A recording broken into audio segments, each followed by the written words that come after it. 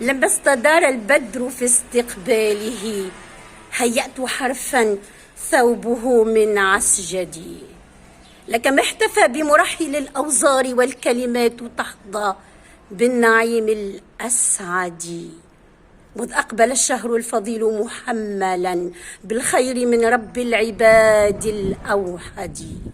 والفضل يكمن في مكارم قول كن جادت خزائنها بكل زبرجد.